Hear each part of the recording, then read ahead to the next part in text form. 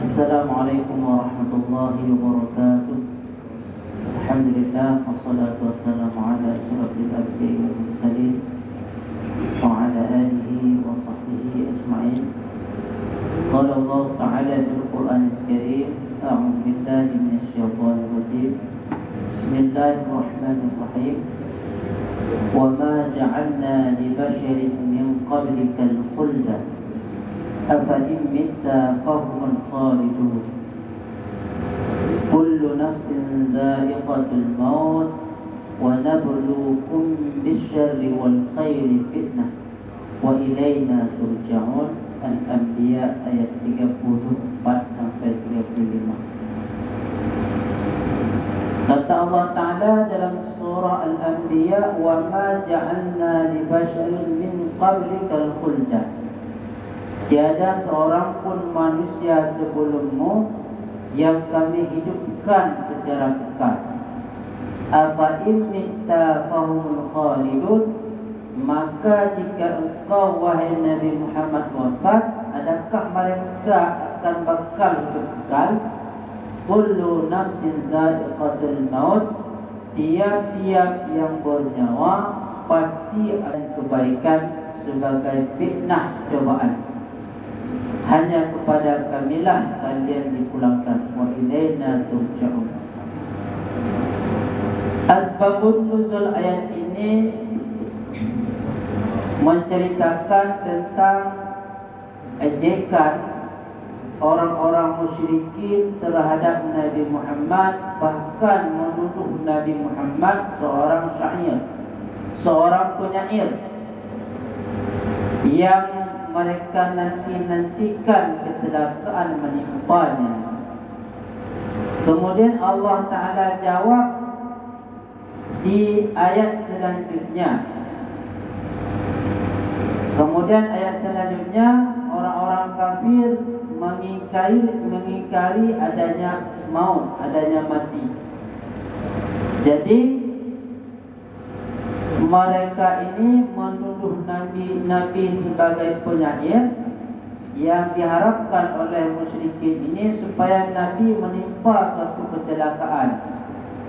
Kemudian ayat ini juga menunjukkan bahwa orang-orang kafir ini tak percaya adanya kehidupan setelah mati. Manusia akan mengalami beberapa alam. Yang pertama alam azali, di mana kita belum ada, orang tua kita belum ada, tapi catatan tentang kita sudah ada. Siapa nama kita, siapa nama kedua orang tua kita, siapa keturunan kita, sudah Allah Ta'ala catat di azali. Allah Ta'ala duluan menciptakan Arash, Azali, Lauh Mahfuz dan lain-lainnya sebelum manusia ini diciptakan. Yang kedua, alam rahim. Alam rahim ini tak lama kita hidup, hanya beberapa bulan sahaja. Ada yang 7 bulan, ada yang 9 bulan, kemudian lahirlah ke dunia. Alam yang kedua kita alami adalah alam rahim. Di rahim yang di bulan yang keempat ditiupkan 4 perkara. Ditiupkan ruh dan ditentukan 4 perkara. Kapan ajal kita, apa amalan kita, baik ataupun buruk kita. Itu Allah Ta'ala tentukan ketika kita berada di dalam untuk menghadapi alam yang selanjutnya, yaitu alam barzakh. Semua pasti mati. Hatta Nabi kita Muhammad juga akan meninggal, akan wafat. Semua yang bernyawa pasti akan mati, meskipun dia adalah seorang yang paling mulia di sisi Allah Ta'ala. Pasti. Kemudian alam yang belum kita alami sekarang adalah alam barzakh. Sebahagian kita sudah mengalami dan lagi mengalami alam di mana alam tersebut merupakan alam sesudah kehidupan di dunia. Celaka bagi siapa saja ketika menghadap Allah Ta'ala namun tak siap bekalan yang kita bawa untuk menghadap Allah Ta'ala. Pasti kita akan alami satu alam lagi nanti, iaitu alam barzakh. Kata Nabi, Al-qabru awwalu manzilin min manazilil akhirah. Kubur itu adalah tempat awal dari sekian banyak tempat di akhirat. Wa akhiru manzilin min manazilid dunya, dan kubur tersebut merupakan suatu tempat akhir min manazilid dunya, daripada suatu tempat-tempat dunia. Faman naja minhu fama ba'dahu aisaru, maka siapa saja yang selamat darinya, yang selamat daripadanya kubur, berarti mudahlah baginya menempuh jenjang berikutnya, menempuh alam berikutnya. Wa illam yanju minhu, maka jika dia tidak selamat, tidak sukses menghadapi alam daripada kubur, alam barzakh, fama ba'dahu asyaddu, maka setelah itu siksa yang sangat dahsyat. Di alam kubur ada dua perkara yang kita dapatkan. Kalau bukan kebahagiaan, pasti kecelakaan. Kalau bukan kebahagiaan, pasti kecelakaan. Kita dapat ini. Kalau kita baik di kubur, kita dapat bahagia di kubur, pasti dapat bahagia nanti di akhirat. Tapi kalau kita dapat celaka di kubur, pasti dapat celaka nanti di akhirat. Jadi proses dari alam barzakh ini ada beberapa alam yang kita lalui yang kira-kira lebih panjang daripada hidup kita. Kita tak lama hidup di dunia. Kata Nabi, umur umatku di antara 60 sampai 70 tahun. Bahkan umur orang yang sudah meninggal itu lebih lama ketimbang umur yang masih hidup.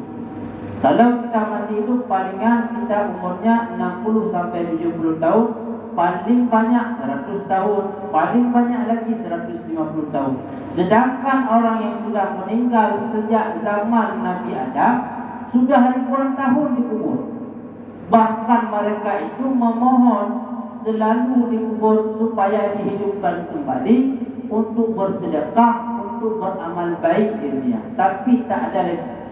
Penyesalan yang paling tinggi, penyesalan yang paling tak kita hindari adalah penyesalan ketika kita sudah meninggal tapi kita tak mendapatkan apa-apa bekal kita persiapkan menuju kepada Allah Subhanahu wa taala.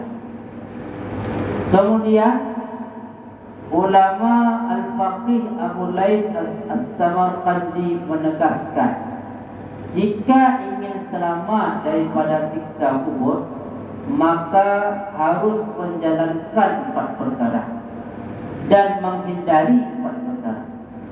Yang pertama, 4 perkara yang harus kita jalankan, kata ulama, yang pertama memelihara tegaknya solat. Solat selalu kita laksanakan, tak tinggal sedikit pun. Jadi ada orang yang tinggal solat selama dia balik, lebih baik diqadha. Pendapat ulama, ijtima' para ulama, mengqadha solat itu adalah wajib. Meskipun ada hadis yang menyatakan bahawa hanya solat yang lupa yang tidak perlu diqadha. Kalau solat yang tak lupa, wajib qadha. Ada hadis lain menjelaskan tentang dua-duanya wajib qadha. Meskipun kita lupa, meskipun kita sakit, meskipun kita tidur. Jadi wajib diqadha. Bagaimana cara mengqadha solat?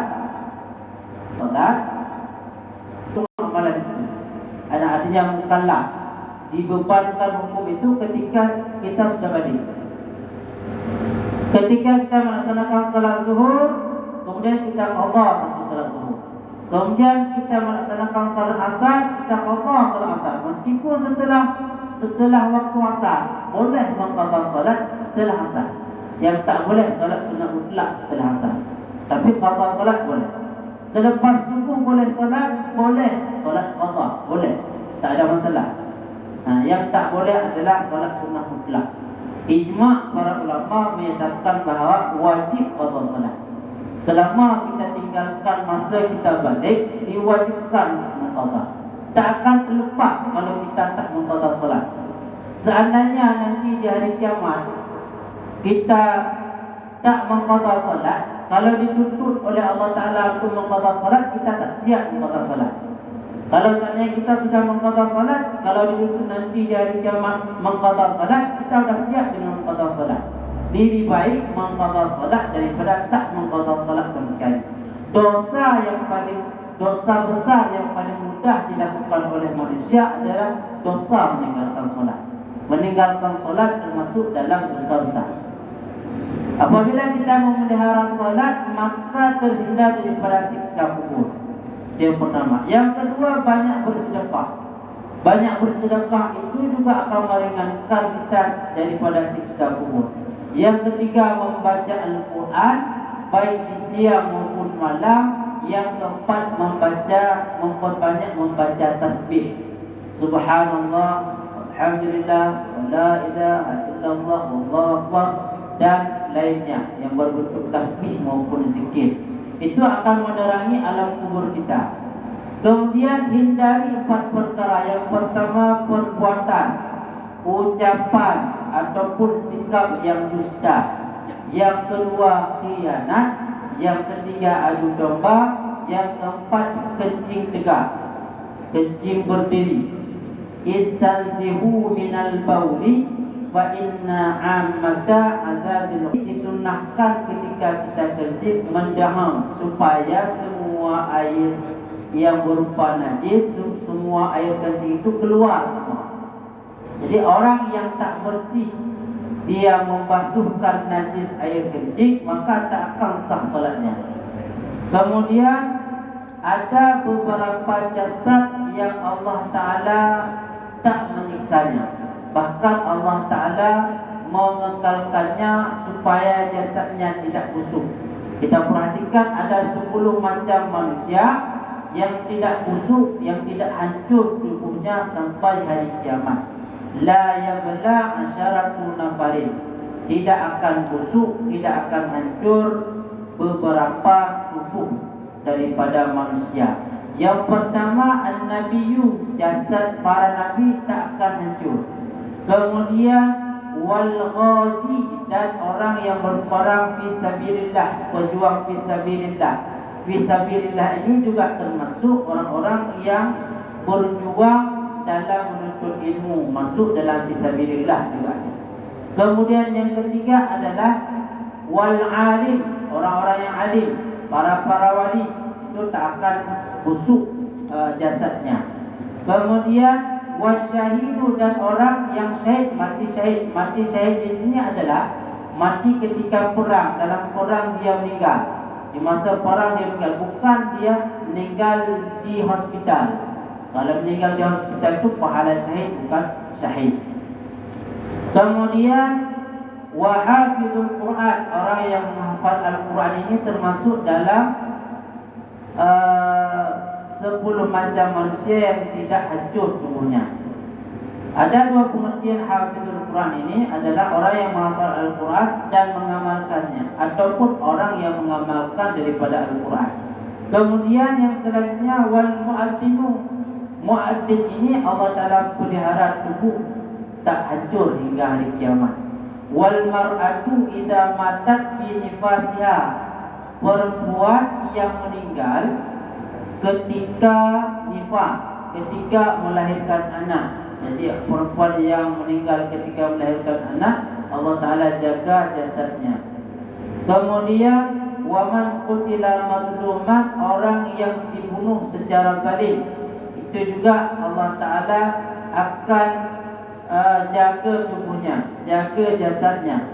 Waman mata yaumul jum'ati wa lailataha, dan siapa saja yang meninggal pada hari Jumat dan pada malam pada hari Jumat dan pada malam. Kami mengajak daripada diri saya sendiri dan juga kepada jemaah, apabila Allah Ta'ala sudah cukupkan harta, Allah Ta'ala sudah cukupkan umur, maka persiapkanlah amalan, persiapkanlah segala bentuk amalan-amalan kebaikan untuk menghadap Allah Ta'ala, karena ajal itu tak tentu, rahasia Allah Ta'ala. Kita boleh jadi esok akan meninggal, ataupun esoknya lagi akan meninggal, atau detik kemudian kita akan meninggal, tak tahu. Makanya persiapkan amalan-amalan kita, banyak bersedekah, kemudian banyak menuntut ilmu. Mudah-mudahan Allah Ta'ala masuk ke dalam orang-orang yang mukhlisin dan orang-orang yang baik, muhsinin. Wabillahi taufiq wal hidayah. Subhanaka Allahumma wa bihamdika, asyhadu an la ilaha illa anta, astaghfiruka wa atubu ilaik. Kami masih menerima sedekah untuk anak-anak yatim. InsyaAllah kita akan maklumkan malam terakhir ataupun hari terakhir berapa sedekah yang kita dapatkan untuk anak-anak yatim. Wabillahi taufiq wal hidayah wal huda wal inayah. Assalamualaikum warahmatullahi wabarakatuh.